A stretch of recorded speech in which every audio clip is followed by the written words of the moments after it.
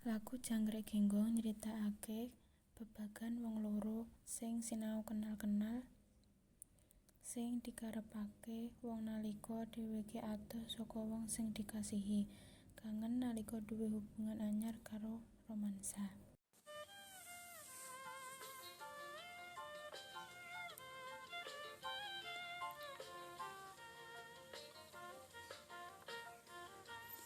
Kental kaline ajar kenal karo aku, lelene mati kepok kanggo walesane, suwe ora peto ati sitarmo kepetok mong suarane.